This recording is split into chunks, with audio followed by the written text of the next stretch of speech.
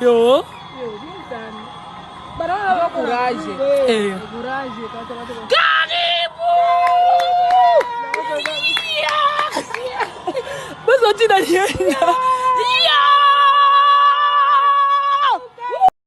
Ils ont attaqué l'une de nos positions à jour. Nous sommes au bord du lac Albert. Lors de ces échanges avec ces alliés du M23, les forces armées ont neutralisé plusieurs miliciens et les armes type AK-47 récupérées, vous allez le voir. Et en ces moments, nous avons perdu un élément de forces armées succombé lors de ces combats et 3 autres blessés. Cette énième attaque de Thomas Lubanga et ses alliés du M23 ont juste l'intention de déstabiliser la province de l'Ituri et surtout empêcher toutes les initiatives de paix en cette période de l'état de siège où nous avons d'ailleurs salué l'annonce de Sa Majesté chef Kawa Pangamandro de son retour dans la ville de Bunia en province de l'Ituri pour participer aux efforts de la paix et leur intention est d'empêcher ces retours patriotiques de ses compatriotes dans la province de l'Ituri. Étant donné que ces mouvements cherchent toujours à déstabiliser la province de l'Ituri à travers le lac Albert, nous lançons un message fort à Thomas Lubanga et ses alliés du M23. Notre riposte sera impitoyable et nous allons le faire comme nous l'avons fait à Kasseni, à Tchomia et à Nyamamba. Pour le moment, les forces armées poursuivent ces hors-la-loi et nous allons tout faire pour le mettre hors d'état de nuire et permettre à la population de vaguer librement à leurs occupations. Au nom du gouverneur militaire et commandant des opérations, lieutenant-général Luboyankan Chamadjouni, nous demandons à toute la population de continuer à dénoncer ces renégats. Ensuite, nous encourageons les éléments de forces armées engagés dans les opérations Tolérance Zéro au bord du lac Albert de les poursuivre jusqu'à le mettre hors d'état de nuire. Pour le moment, la situation est calme. Nous appelons la population à soutenir son armée. Surtout la diaspora, un véritable Congolais, au côté collectif, ça pour yeba,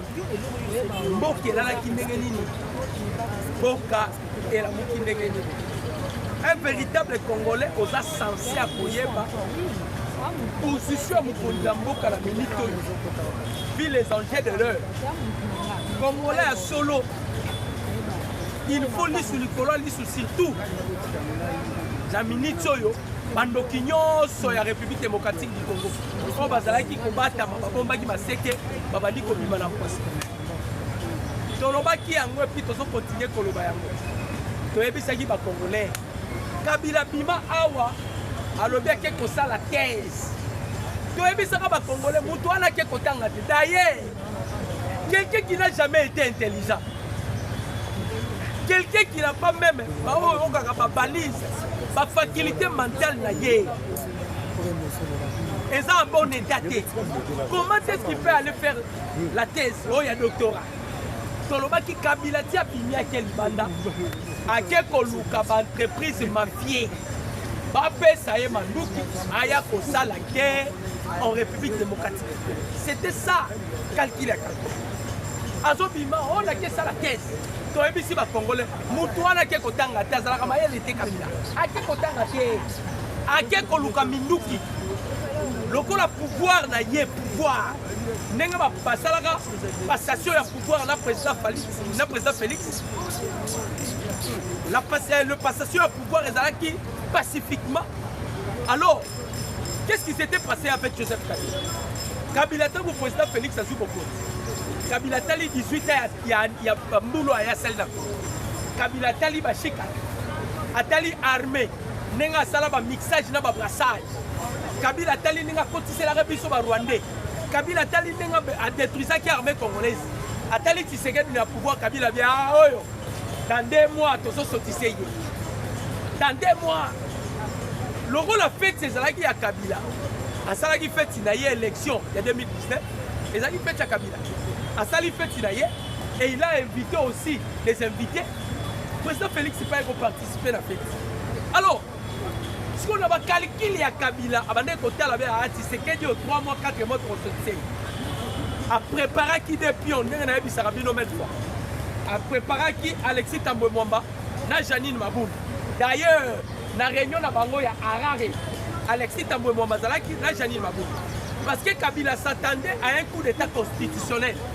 Bah ben que Tshisekedi le roi yebe loro te to pesa e bokonzo yo to créer loro mort violer la constitution to sortir. Voilà qui calcule la Kabila. Président Félix a combien de pouvoir?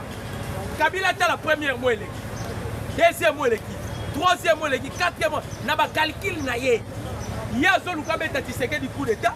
Tshisekedi a sali discours à lobby. Je vais déboulonner le système Kabila. Kabila a zone là bête coup d'état. Mais bah je vais déboulonner le système Kabila. Après quelques temps, le président Félix a déboulonné le système Kabila. Kabila a là, mouton à la mystique. Alors, tellement perdra qui espoir sur le plan, il y a un coup d'état constitutionnel à perdre qui espoir. Né à réfléchir à lobby, ah, Fona Bima Libanda Sikoyo, Nakende, Polu Kamanduki, Fona Zonga, quoi que ça la coup d'état. À lobby, Nakende Polu Kamanduki, Fona Zonga, ça la coup d'état. Nebo moni abimaki na boulot non na kei ko ça la thèse non azalaki na objectif ya kobeta coup d'état oh ya bande ko préparer abimi akei pe papa zongi bomoni ke makambo eko bima titi Paul Kagame pression diplomatique ya communauté internationale Kagame le il faut que mon kilimo mbeye bake ezalaka ngatene na bomaka na est na papa moko mandefu papa mandefu ezalani Joseph Kabila abimi na poisa tango abimi na poisa nde bomoni sikoyo abandei koluka bisika oyo akoki kota base aérienne akei na Uganda kakuta Museveni à Sololi na ye à Kenya, même voir na Rwanda. Or les Américains, quand on va déléguer que Monsieur Massad Bolos a yaki ko fait sa instruction dans 3 pays. C'était Kenya, Uganda, Rwanda. Maeko benda ba ma toy ba bibo keba. Makambu ya République démocratique du Congo. Botala yango. Il y a des choses qui se font maintenant. Ceux qui vont consani vont sauter. Mais au moment qui nous se fait, il y a fait sa base aérienne pour que Kabila a frappé Kisangani. Kabila a créé une réunion secrète dans Harare. Réunion secrète dans Harare. On a vu encore la présence de Janine Maboul et d'Alexis Tambwe. Bato wapi Kabila bandai ko bongisa bango on a coup d'état constitutionnel basangani lisusu bato wana basangani bavandi il commence à comploter pour la République démocratique mais bon moni tozongaki l'Assemblée nationale tolobi normalement Kamere Vital Kamere aza mutoyo faut Congolais tout Congolais d'ailleurs il y a un problème dans l'Assemblée nationale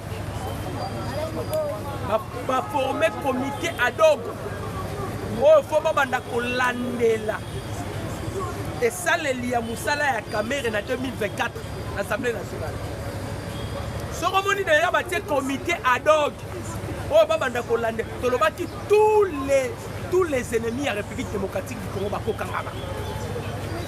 Tango bomoni bazu bate commission ad hoc.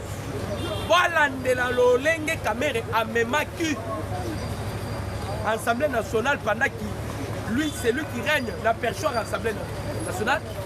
Voilà ndela nenga tambolaki c'est qu'il y a déjà des nungungu. Il y a des nungu-nungu. Il y a des nungu-nungu. Tolobaki, Batumoussou sur place dans la prison. Malgré qu'ils sont en liberté, ils vont se sentir bien. Bango pour ça, bango ça va zonga aka babakala. Bazonga aka. Quand vous battez déjà comité on a bâti un groupe pambaté.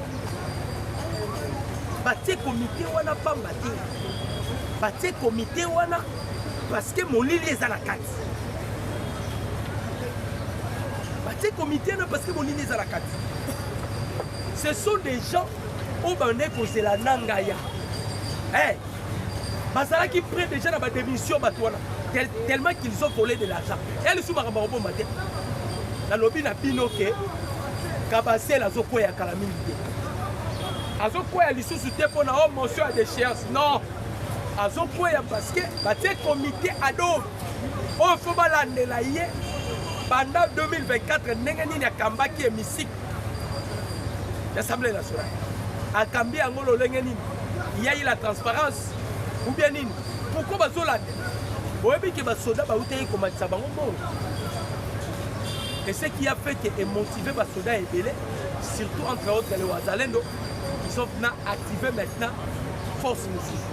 Bandeko, Assemblée nationale, Babandika Balamouko, non, non, comment est-ce que les soldats vont au nini? Au photo bien gouvernement a expliqué. Ah, on dirait que les députés, on a ceux qui vont mettre le bongo. Babenga ba Congolais va expliquer. Bango bazala qui n'a besoin armée et nyoko maka. Ceux qui vont souffrir, c'est alors que le Rwanda utilise de l'argent pour corrompre nos officiers. Imaginez Moutoulovo la Kabila. Kabila, c'est qu'il a fait. Kabila, toi on t'avait dit, Kabila, c'est toi le patron de AFC. C'est toi le patron de M23.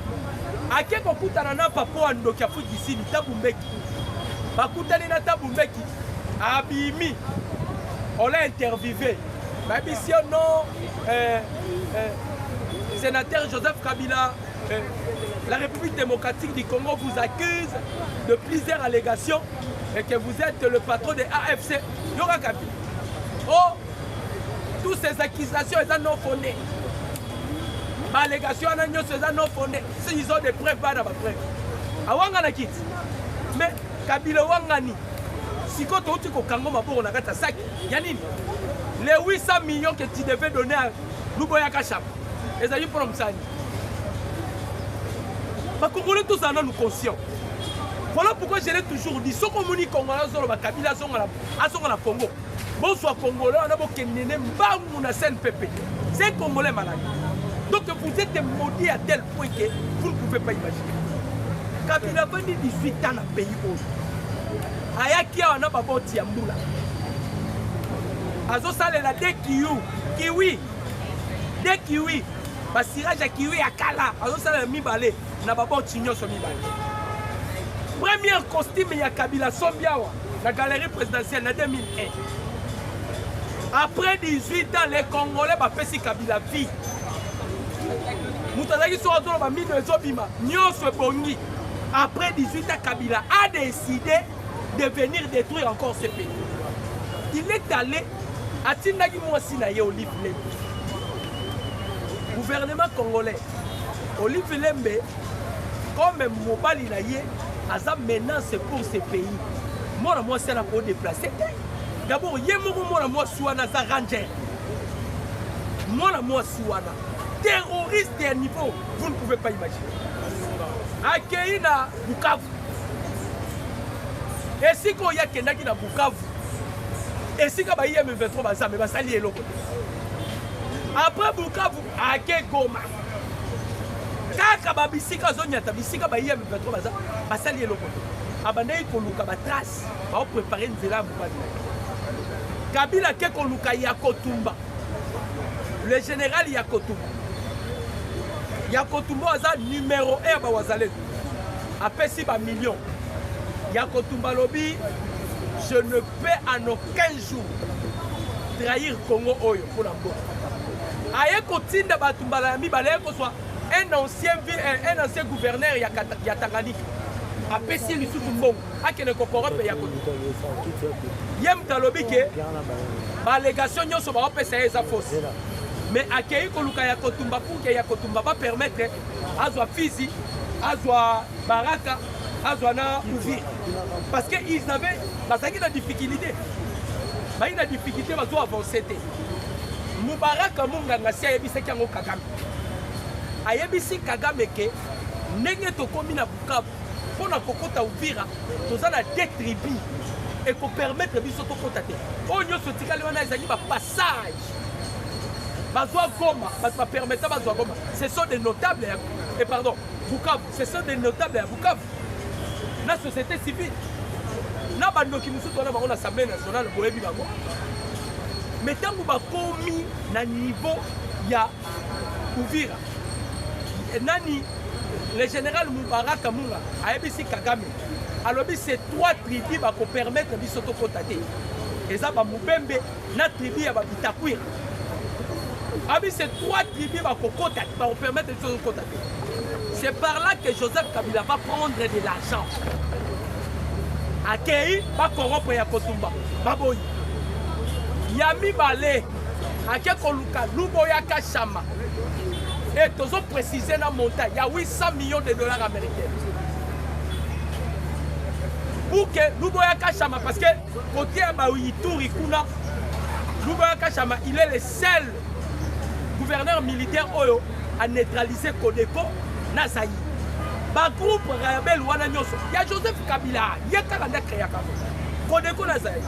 Alors, le bon Joseph a combien qui se qu'on a pour ça à Daïtour va récupérer à 800 millions de dollars. Et pas il y a Luboya Kacha. Mandeko. Voilà pourquoi nous condamnons à bénir Luboya Kacha madame. Dans le mangue, pas décoré. On a vu des hommes, mais il y a des hommes aussi exceptionnels. Luboya Kacha Malobi, ceux qui n'ont vu Bongo ya Joseph Kabila. Ba Rwandais ba Koti. Ngai na kimi en exil na okima na famille na nga mobimba oyo ka réflexion na okima na famille mobimba te banoko ba rozala bana ba papa leki ba rozala tozala lisusu assujetti par des rebelles comment dit que na sali no côté tangu ba raté copie ya Luboyaka Shama avec 800 millions ne Kabila akei na rare yango na bisaki gouvernement congolais. Ceux qui vont faire la théâtre de chez nous, ils sont congolais, on dit théâtre de chez nous. Normalement, Zimbabwe, on devait directement interpeller même l'ambassadeur de Zimbabwe. Il faut même expulser. Kabila qui pour ça la réunion dans Zimbabwe. Akendaki Alexis Tamboué Mwambazalaki. Janine Mabundu Azalaki. Corneille Nangazalaki, nous avons eu qu'aucun des autres Bertrand Bissimo parce qu'il y a une divergence entre Bissimo et Yemoro Kabila. Bakei et Zimbabwe accepte Kabila à sa base aérienne dans Zimbabwe. Et vous allez voir que l'ambassadeur Zimbabwe passe à la Congo à la Kimia. Et ça va le rôle, Bachino va venir, va salir Bisso. Bachino va continuer à couper sa Kabila Mandouki. Il faut même chasser aussi l'ambassadeur chinois ici. Paul Kagame a la blague qui est. Azala ba défaut belé Kagame. D'abord, Kagame, il est l'incarnation de Lucifer. Mais, dans le Belgique, a sali, a Bebanina Kagame. Kagame a bengani ambassadeur belge. A bengani a Kobo. Biso gouvernement na biso. Chine, babimi ba traite. Zimbabwe lelo andimi kopesa Kabila base aérienne. Objectif ya Kabila, c'est le Grand Katanga. Nord Kivu, Sud Kivu, Bamindele Basali statistique Balobi, ce n'est que 10%. Parce que notre beau pays contient une dimension continentale. Avec la superficie, il y a 2 345 410 km. Les 10%, il reste encore 90%. Maintenant, Kabila Bandi non. Sauf que Tomeki Kosimba les grands Katanga, nous allons asphyxier Tshisekedi et Tshisekedi va dialoguer. Voilà pourquoi le plan de Kabila, c'était pour attaquer les grands Katanga. Bakei réunion na bango basilisi réunion. Balingaki ba komeke loko balingaki komeka wana. Bazui réponse. sikoyo kamere na Assemblée nationale ozosala musani Kabila faut retirer d'abord statut na ya sénateur pour tous les biloko et puis répertorier biloko nyonso Kabila pour qu'on confisque yango na lombango na mwasi wana olifilemi pour tous les biloko nyonso c'est criminel bato bazobomoka congolais tozotala bango boye abandeki koyebisa biso awa mon mari travaille dans le silence mon mari biso tolobi toyeba silence yango mon mari travaille ezalaki ndenge or que silence ya Kabila na thèse nakendeki kosala c'était aller à contact avec des entreprises mafieuses bapesa ye manduki akoboma bacongolais tohéberga ye pendant 18 ans tohéberga Kabila awa pendant 18 ans ayebaki kokoma te bacongolais balakisi ye kokoma ayebaki kotanga te bacongolais balakisi ye kotanga eloko okaka atikala koyeba te eza lingala oyo atikala koyeba te eyaka lingala nyonso tobundi tolakisi ye lingala nde tellement que aza noki aza étranger aokoka loba te so babine ayere parceque mutu abongo il veut encore revenir au pouvoir tozotuna Kabila obosani nini ovandi na mboka oyo 18 ans tu as quitté ce pays otiki biso na budget ya 4 milliards de dollars américains avec des appuis budgétaires otiki biso na réserve d'échange il y a 800 millions de dollars américains lelo toza na réserve d'échange il y a 5 milliards Kabila qu'est-ce que tu veux encore ya koya kosala na mboka oyo mutu tozofongolela misu ne papa oyo Assemblée nationale Bemba utaki kotakle Kabila vous avez vu Kamere tokotanga komono tokobanga te Kamere bimi oh non le président de la République a prôné sur l'unité nationale d'ailleurs bientôt là il y aura gouvernement à cohésion nationale si les chefs de l'État ont prôné sur l'unité nationale est-ce que l'unité nationale on doit le faire avec Joseph Kabila c'était Congolais on parle de l'unité nationale on parle des Congolais on ne parle pas des étrangers oh non oui nous devons comprendre non Batouana Baneko c'est la position nang Bazaki déjà prêt à la démission Bazé Belawa oh le président Félix a déjà Bazaki prêt à la démission il s'attendait seulement le rôle nanga promettait qu'il bango ah Kalamingi te to soit qui s'engage Bandeko ne faut pas blaguer avec les États-Unis d'Amérique ne faut pas blaguer au moment où tu es à Mouosi moi je me suis venu à Melabangi on a Mouosi Mouosi a tweeté à lobby on avait l'intention d'attaquer Kisangani. L'ordre vient des États-Unis d'Amérique. Le président américain Donald Trump, alors c'est lui qui va oser. Oh, Congolais, oh, Boloba qui m'a accord aux États-Unis, accord au papa. Tu signé un accord américain. Les États-Unis sécurisent l'espace spatial la Bisso. Sans que tu signé un accord. Les États-Unis ont béni Museveni et Bissi et Makamba Congo Bimisa Makolonayo. Sans que tu signes un accord. Ça soukou ta côte, ça soukou tout est pour Bayabissa déjà. Soko Sali blague. Na 11h, na 11h05 le web pouvoir. Siko, vous cherchez encore quoi? Bateau Yango Moni quand le président Félix est allé aux États-Unis pour signer les accords à ce qui concerne le minerai critique. On a Joseph Kabila qui panique.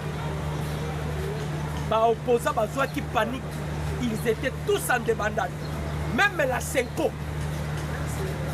Parce que Senko Azalaki carte majeure, il y a Joseph Kabila.